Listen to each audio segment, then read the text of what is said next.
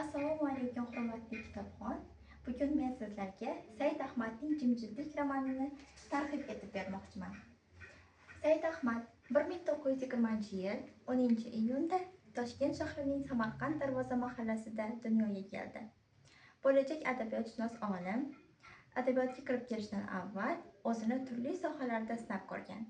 Xususan, rassomlik, fotograflik, artistlik va hatto doktorlikda ham sinab ko'rdi. Said Ahmadning birinchi hikoyalar to'plami Tortiq nomi bilan 1940-yilda nashr etildi.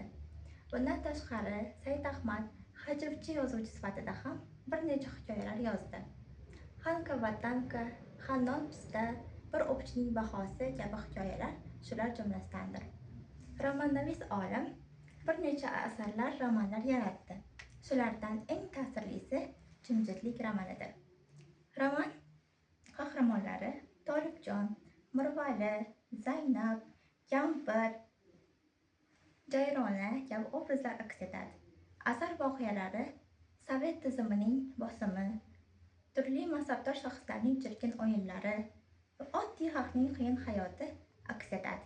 Ya'ni bu asarda bir insonning qissasi emas, balki butun jamiyatning hayoti aks etadi. Bosh qahramonimiz Tolibjon uzoq yillar davomida chet elda ishlab, o'z oilasidan ayrilib uyga qaytadi. Va uning jimjitlik, ya'ni sukunat hayotiga Jayrona degan qiz kirib keladi.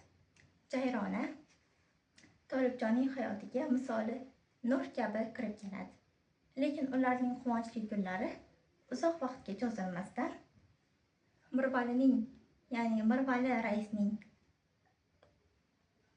Mirvali raisning suiqasdi tufayli Tolibjon halok bo'ladi. Asarni yanada chuqurroq bilish uchun shu asarni yana bir bor o'qishni tavsiya etaman.